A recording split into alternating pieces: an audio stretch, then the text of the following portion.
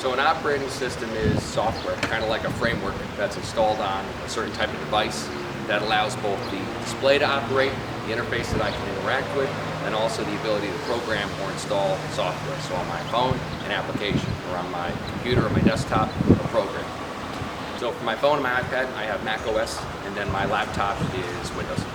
I'm more familiar with a Windows PC, whether it's Windows XP through Windows 10, I'm pretty familiar with.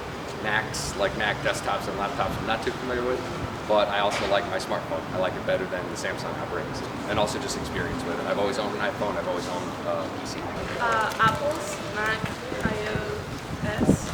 I guess it communicates with all my devices pretty easily, so if I want to send something from my computer to my phone, I can just like airdrop it. There's so many different, like every company has their own operating system or something based off of it. I mean, obviously, like Windows has whatever they call theirs. There's Android, which is through Google. There's Apple, which has iOS, which is carried over to their Macs. And then once you get to like cameras and things like that, every camera provider has their own. So Canon, Nikon, Sony, anything like that. GoPro has their own operating system when it comes down to cameras.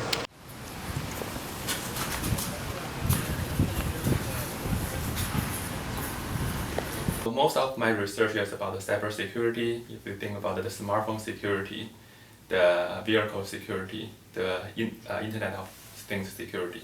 So basically, most of the things about security, that's my research. So every day we use operating system, but actually technically it's quite difficult to give a formal definition of the operating system. The reason I think is because it's very complicated. So when I was asked for this question, usually my answer is operating system is a piece of software which manages the hardware and provides services to the software, to the applications. It really depends on need, right? So if you really want to program, you want to interact with the operating system, then I think Linux is the best one. And if you like to play games or you want to use a lot of applications, then Windows is the best one because they have a lot of applications there. But if you have kind of a trade-off with Windows 2, then probably it's Mac. I think probably that's the reason. So different people choose operating system based on their needs. Right? Okay. And probably the price is another kind of consideration, right? Probably Mac is more expensive, but for Windows there can be a lot of cheaper laptops, computers, so that it can be another reason. For the operating system class, basically here, because we are in a computer science major, so we are talking about how the operating system works instead of how to implement the operating system. So in terms of how the operating system works, we will study the internals of the operating system to see how it can manage different applications, how it manages the hardware. For example, the operating system needs to manage the network card, right? The network card can be used by a lot of applications. Then how the operating system can let the applications share the usage of the network card.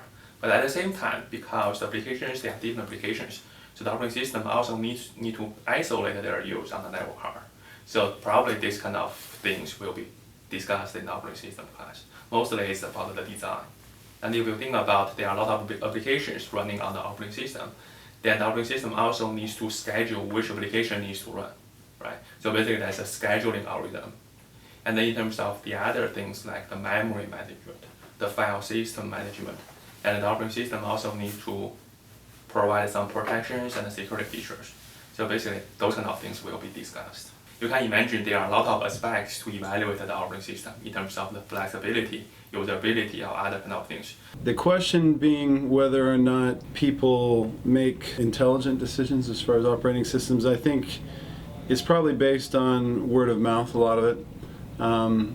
The standard story, for example, about Apple is that it's creative, it's well designed, it's certainly forward thinking.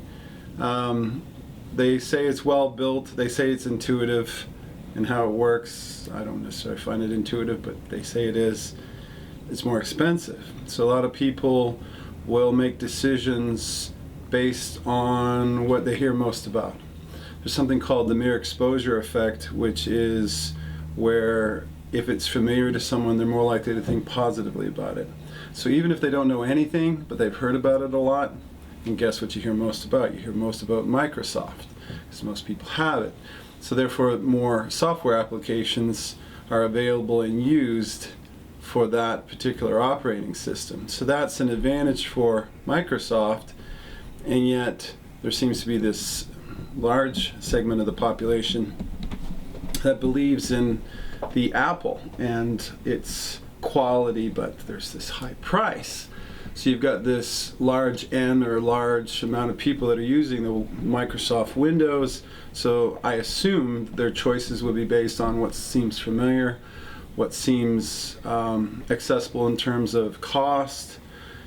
And if they're more knowledgeable, then they probably would be making the decisions on their own. Now, this is all from the context of, I don't really know what I'm doing. I'm making a choice for the first time. However, once someone has an experience with a particular operating system, then you've got two things. One is they're very technical, knowledgeable, and then they can make a intelligent decision, or they just get used to it. Brand image is what people think about a brand. Brand identity is what the corporation is trying to get you to think about the brand. So if those coincide, great. So their brand image depends on how they are presented in terms of their marketing communications, and that is the promotions and the talk. And Apple is certainly very good at making powerful statements, being creative in their design, in their development, and going beyond what was comfortable to achieve these great things. So that's going to create a certain notoriety that's going to get people's attention, and you're going to have the people that want to have the latest and the greatest. So I think those are some of the reasons. And of course, there's a large population that are price conscious. And like I said, familiarity. Mainly is their previous experience, their parents coming into college, for example, or friends, or industry they're in, those kinds of things. So I think most of it is based on not a true choice, but simply what they're used to, what they come out of. I think it's mostly experience, other kinds of external factors. Beyond that, I think there's some degree of personality effect there. In the past, maybe not so much right now, Macs were considered to be the choice for artistic people who wanted to express themselves, or people who wanted to be a little bit different. Apple had a Think Different poster campaign in the 90s. Recall that. People like Amelia Earhart, Gandhi, those kinds of people were featured on these posters.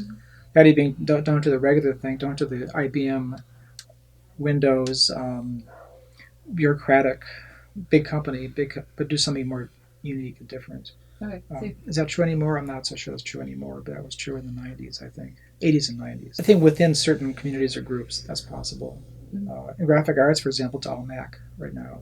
My son's a graphic artist, so it's all Macs there. Engineering is highly PCs. Business is a lot of Windows, operating systems in business.